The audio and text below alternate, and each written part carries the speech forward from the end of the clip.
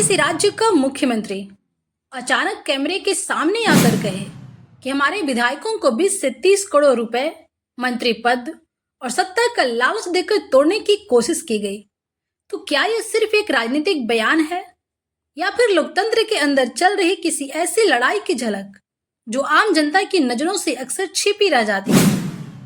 और अगर ये आरोप सच हैं, तो सवाल सिर्फ जम्मू कश्मीर का नहीं है। सवाल है कि क्या जनता के वोट की कीमत अब करोड़ों रुपए में तय होने लगी है? लेकिन अगर ये आरोप गलत हैं, तो फिर इतने गंभीर आरोप लगाने के पीछे मकसद क्या है? क्या यह विपक्ष की राजनीतिक रणनीति है या फिर चुनावी माहौल बनाने की एक कोशिश? दोस्तों, आज हम किसी राजनीतिक दल का पक्ष नहीं लेंगे। आज हम किसी नेता को सही या गलत साबित करने भी नहीं आए हैं। आज हम केवल तथ्यों की बात करेंगे, जो बातें देश के बड़े मीडिया संस्थानों ने प्रकाशित की है, जो बयान नेताओं ने खुद कैमरे पर दिए हैं और जिन घटनाओं ने एक बार फिर पूरे देश में ऑपरेशन लोटस की बहस को जिंदा कर दिया है। इस वीडियो में हम जानेंगे आखिर पूरा मामला क्या है, मुख्यमंत्री उमर अब्दुल्ला ने ऐसा आरोप क्यों लगाया, बीजेपी ने इसका क्या जवाब दिया, क्या पहले भी ऐसे आरोप देश के दूसरे राज्यों में लग चुके हैं, और सबसे बड़ा सवाल, क्या लोकतंत्र में सरकारें जनता बनाती हैं या फिर राजनीतिक जोड़ तोड़? वीडियो को अंत तक जरूर देखिएगा, क्योंकि आखिर में हम उन सवालों पर भी बात करेंगे जिनका जवाब अभी तक किसी के पास साफ नहीं है। तो चलिए शुरू करते हैं। दोस्तों, जम्मू कश्मीर एक ऐसा राज्य जिसने पिछले कुछ वर्षों में राजनीति के लगभग हर बड़े बदलाव को बहुत करीब से देखा है। 2019 में अनुच्छेद 370 हटाया गया, राज्य का दर्जा समाप्त हुआ, जम्मू कश्मीर को केंद्र शासित प्रदेश बनाया गया, उसके बाद नई विधानसभा के चुनाव हुए और आखिरकार नेशनल कॉन्फ्रेंस के नेता उमर अब्दुल्ला मुख्यमंत्री बने।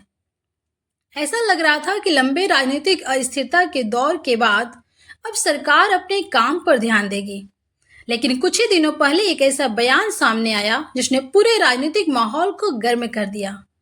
मुख्यमंत्री उमर अब्दुल्ला ने सार्वजनिक रूप से दावा किया कि उनकी पार्टी के कुछ विधायकों से संपर्क किया गया है और उन्हें सरकार छोड़ने के बदले 20 से 30 करोड़ रुपए तक की रकम, मंत्री पद और सत्ता में हिस्सेदारी जैसे प्रस्ताव दिए गए। उन्होंने इस पूरी कोशिश की तुलना उस शब्द से की जिसे भारतीय राजनीति में पिछले कई वर्षों से बार बार इस्तेमाल किया जाता रहा है, और वो है ऑपरेशन लोटस। इसके बारे में और आगे भी जानेंगे। अब यहाँ एक बात समझना बहुत जरूरी है, ऑपरेशन लोटस कोई आधिकारिक सरकारी योजना नहीं है। यह एक राजनीतिक शब्द है जिसका इस्तेमाल विपक्षी दल तब करते हैं जब वे आरोप लगाते हैं कि बीजेपी उनके विधायकों को अपनी ओर लाने की कोशिश कर रही है। दूसरी ओर बीजेपी हमेशा ऐसे आरोपों को खारिज करती रही है और कहती रही है कि यदि कोई विधायक अपनी इच्छा से पार्टी बदलता है तो उसे खरीद फरोख्त नहीं कहा जा सकता। यानी यह शब्द खुद एक राजनीतिक विवाद का हिस्सा है और इसी वजह से हर बार इस पर तीखी बहस छिड़ जाती है। लेकिन इस बार मामला इसलिए बड़ा हो गया कि आरोप किसी विपक्षी प्रवक्ता ने नहीं, बल्कि जम्मू कश्मीर के मुख्यमंत्री ने स्वयं लगाया है। उन्होंने कहा कि अगर किसी के पास बहुमत है तो फिर दूसरे दल के विधायकों को तोड़ने की कोशिश क्यों की जाएगी। उन्होंने दावा किया कि उनकी पार्टी के विधायकों को ऐसे प्रस्ताव पहुंचाए गए, ऐसे प्रस्ताव दिए गए, लेकिन किसी ने उन्हें स्वीकार नहीं किया। अब सवाल उठता है, क्या मुख्यमंत्री ने उन विधायकों के नाम बताए हैं? क्या किसी बातचीत की रिकॉर्डिंग सामने आई है? क्या कोई दस्तावेज सार्वजनिक किया गया? अब तक सार्वजनिक रूप से ऐसे ठोस सबूत तो सामने नहीं आए हैं। यही वजह है कि इस पूरे मामले में राजनीतिक बयान और तथ्य दोनों को अलग अलग समझना बेहद जरूरी है। यहीं से कहानी एक नया मोड़ लेती है, क्योंकि मुख्यमंत्री के इस बयान के कुछ ही समय बाद भारतीय जनता पार्टी ने भी कड़ी प्रतिक्रिया दी। बीजेपी ने इन आरोपों को पूरी तरह निराधार बताया और कहा कि अगर इतने गंभीर आरोप लगाए जा रहे हैं तो उनके समर्थन में सबूत भी पेश किए जाने चाहिए। पार्टी के नेताओं ने कहा कि बिना प्रमाण के ऐसे बयान देना जनता को गुमराह करने की कोशिश है और अगर सबूत नहीं है तो आरोप वापस लिए जाने चाहिए। यानी अब देश के सामने दो दावे हैं, एक तरफ मुख्यमंत्री का आरोप है, दूसरी तरफ बीजेपी का सीधा खंडन। और जब दोनों पक्ष अपनी अपनी बात पर कायम हो तो सबसे जरूरी हो जाता है तथ्यों के आधार पर पूरे घटनाक्रम को समझना। दोस्तों, किसी भी लोकतांत्रिक सरकार की असली ताकत उसके भाषण नहीं बल्कि विधानसभा में उसके नंबर होते हैं। अगर किसी सरकार के पास बहुमत है तो केवल आरोप लगने भर से सरकार नहीं गिर जाती। सरकार तभी संकट में आती है जब बड़ी संख्या में विधायक उसका साथ छोड़ दें या फिर गठबंधन टूट जाए। यही वजह है कि उमर अब्दुल्ला के आरोप सामने आने के बाद कई मीडिया संस्थानों ने सबसे पहले विधानसभा के नंबर गेम पर चर्चा शुरू की। रिपोर्टों में यह सवाल उठाया गया कि क्या मौजूदा स्थिति में वास्तव में सरकार गिराना संभव है या यह केवल राजनीतिक आरोप प्रत्यारोप का दौर है। मीडिया रिपोर्टों के अनुसार उन्होंने दावा किया कि उनकी पार्टी के एक विधायक से संपर्क किया गया।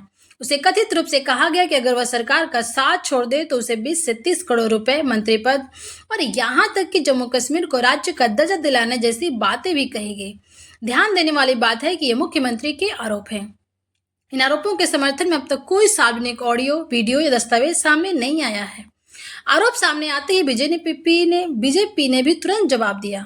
पार्टी के राष्ट्रीय प्रवक्ता सुधांशु त्रिवेदी ने इन आरोपों को बेबुनियाद और गैर जिम्मेदाराना बताया। उन्होंने कहा, अगर मुख्यमंत्री के पास कोई प्रमाण है तो उसे देश के सामने रखा जाए, और अगर प्रमाण नहीं है तो इतने गंभीर आरोप लगाने के लिए सार्वजनिक रूप से माफी मांगनी चाहिए। यानी एक तरफ आरोप, दूसरी तरफ सबूत की मांग, और यहीं से मामला केवल राजनीतिक नहीं बल्कि विश्वसनीयता की परीक्षा भी बन जाता है।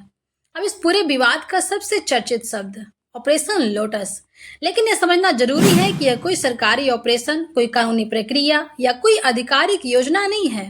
यह एक राजनीतिक शब्द है।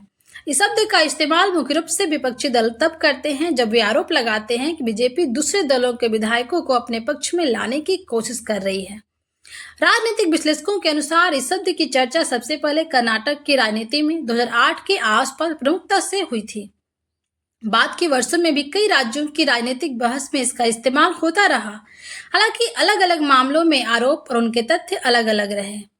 इसलिए जब भी कोई नेता ऑपरेशन लोटस कहता है तो उसका मतलब किसी आधिकारिक योजना से नहीं बल्कि कथित राजनीतिक जोड़तोड़ के आरोपों से होता है।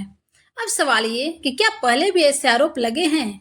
तो हाँ, भारत की राजनीति में सरकार गिराने, विधायकों के दल बदलने, रिसोर्ट पॉलिटिक्स और खरीद फरोख्त जैसे आरोप पहले भी कई राज्यों में लगते रहे हैं, लेकिन हर मामले की परिस्थितियां अलग रही हैं। कहीं अदालतें शामिल हुई, कहीं फ्लोर टेस्ट हुआ, कहीं सरकार बच गई और कहीं सरकार बदल गई। इसलिए किसी एक राज्य की घटना को दूसरे राज्य पर लागू कर देना सही नहीं होगा। हर मामले में सबूत, संवैधानिक प्रक्रिया और विधानसभा का गणित सबसे महत्वपूर्ण होता है। अब सबसे बड़ा सवाल, अगर मुख्यमंत्री को सचमुच लगता है कि उनके विधायकों से संपर्क किया गया तो क्या यह मामला केवल राजनीतिक मंचों तक सीमित रहेगा या फिर इसकी औपचारिक शिकायत, जांच या कानूनी कार्रवाई भी होगी? दूसरी तरफ अगर बीजेपी का दावा सही है कि आरोप निराधार हैं, तो क्या आरोप लगाने वालों पर मानहानि या अन्य कानूनी कदम उठाए जाएंगे? यही वे सवाल हैं जिनके जवाब आने वाले दिनों में इस पूरे विवाद की दिशा तय करेंगे। लेकिन अब समय है उस सवाल का जो शायद इस पूरी बहस का सबसे महत्वपूर्ण सवाल है। आखिर इस पूरे विवाद का सबसे बड़ा असर किस पर पड़ता है? नेताओं पर या राजनीतिक दलों पर या फिर उस आम मतदाता पर जो 5 साल के लिए अपना प्रतिनिधि चुनकर घर चला जाता है? दोस्तों, लोकतंत्र की सबसे बड़ी ताकत चुनाव नहीं, लोकतंत्र की सबसे बड़ी ताकत है जनता का विश्वास। जब जनता वोट डालती है तो केवल किसी उम्मीदवार को नहीं चुनती बल्कि उस विचार, उस पार्टी और उन वादों पर भरोसा करती है जो चुनाव के दौरान उसके सामने रखे गए थे। लेकिन जब चुनाव के बाद सरकारों को लेकर खरीद फरोख्त, दल बदल और विधायकों के टूटने जैसी खबरें सामने आती हैं तो सबसे पहले यही भरोसा कमजोर होता है। यही कारण है कि ऐसे मामलों पर देश भर में इतनी तीखी बहस होती है। अब यहाँ सबसे जरूरी बात जिसे हर दर्शक को समझना चाहिए, मुख्यमंत्री ने जो आरोप लगाए वे बेहद गंभीर हैं, लेकिन सार्वजनिक रूप से अभी तक ऐसे ठोस प्रमाण सामने नहीं आए हैं जो इन आरोपों की स्वतंत्र पुष्टि करते हों। दूसरी ओर बीजेपी भी ने इन आरोपों को पूरी तरह खारिज करते हुए कहा कि अगर कोई प्रमाण है तो उसे सार्वजनिक किया जाए, अन्यथा ऐसे आरोप लोकतांत्रिक राजनीति को नुकसान पहुंचाते हैं। यानी आज की तारीख में ये मामला आरोप बनाम खंडन की स्थिति में है, न कि किसी अदालत द्वारा सिद्ध तय की स्थिति में। इस पूरे विवाद के दौरान मुख्यमंत्री उमर अब्दुल्ला ने जम्मू कश्मीर को पूर्ण राज्य का दर्जा लौटाने का भी मुद्दा उठाया। उन्होंने कहा कि यह केवल राजनीतिक बहस का विषय नहीं है बल्कि जम्मू कश्मीर के लोगों की लंबे समय से चली आ रही मांग है। वहीं दूसरी ओर केंद्र सरकार पहले भी संसद और सर्वोच्च न्यायालय के समक्ष कह चुकी है कि उचित समय पर राज्य का दर्जा बहाल कर दिया जाएगा। यानी यह मुद्दा भी आने वाले समय में राजनीतिक चर्चा का बड़ा केंद्र बना रह सकता है। अब सबसे बड़ा सवाल, अगर किसी नेता के पास इतने गंभीर आरोपों के सबूत हैं, तो क्या उन्हें केवल राजनीतिक मंच से कहना पर्याप्त है, या फिर उन्हें जांच एजेंसियां, विधानसभा या न्यायालय के सामने भी रखा जाना चाहिए? और अगर आरोपों के समर्थन में पर्याप्त प्रमाण नहीं है, तो क्या ऐसे बयान लोकतंत्र में अविश्वास नहीं बढ़ाते? इन सवालों का जवाब आने वाले दिनों की राजनीतिक और कानूनी घटनाएं तय करेंगी। दोस्तों, भारत दुनिया का सबसे बड़ा लोकतंत्र है। इस लोकतंत्र की असली ताकत न कोई सरकार है, न कोई विपक्ष, बल्कि वह मतदाता है, जो हर चुनाव में लाइन में खड़े होकर अपने एक वोट से सरकार बनाता है। इसलिए जब भी किसी सरकार को गिराने, विधायकों को खरीदने या करोड़ों रुपए के ऑफर जैसे आरोप सामने आते हैं, तो सबसे जरूरी होता है कि हम बिना जल्दबाजी के दोनों पक्षों की बात सुने, तथ्यों की प्रतीक्षा करें और केवल प्रमाणित जानकारी के आधार पर अपनी राय बनाएं। क्योंकि लोकतंत्र में आरोप लगाना आसान है, लेकिन उन्हें साबित करना उतना ही कठिन और उतना ही जरूरी भी। अगर आपको लगता है कि राजनीति में पारदर्शिता और जवाबदेही सबसे ज्यादा जरूरी है, इस वीडियो को ज्यादा से ज्यादा लोगों तक शेयर कीजिए, ताकि बहस तथ्यों पर हो, अफवाहों पर नहीं। वीडियो पसंद आया हो तो लाइक कीजिए, दोस्तों के पास शेयर कीजिए, चैनल पर नए हो तो सब्सक्राइब करके बेल आइकन जरूर प्रेस कीजिए। तो मिलते हैं नेक्स्ट वीडियो में, तब तक के लिए जय हिंद, जय भारत।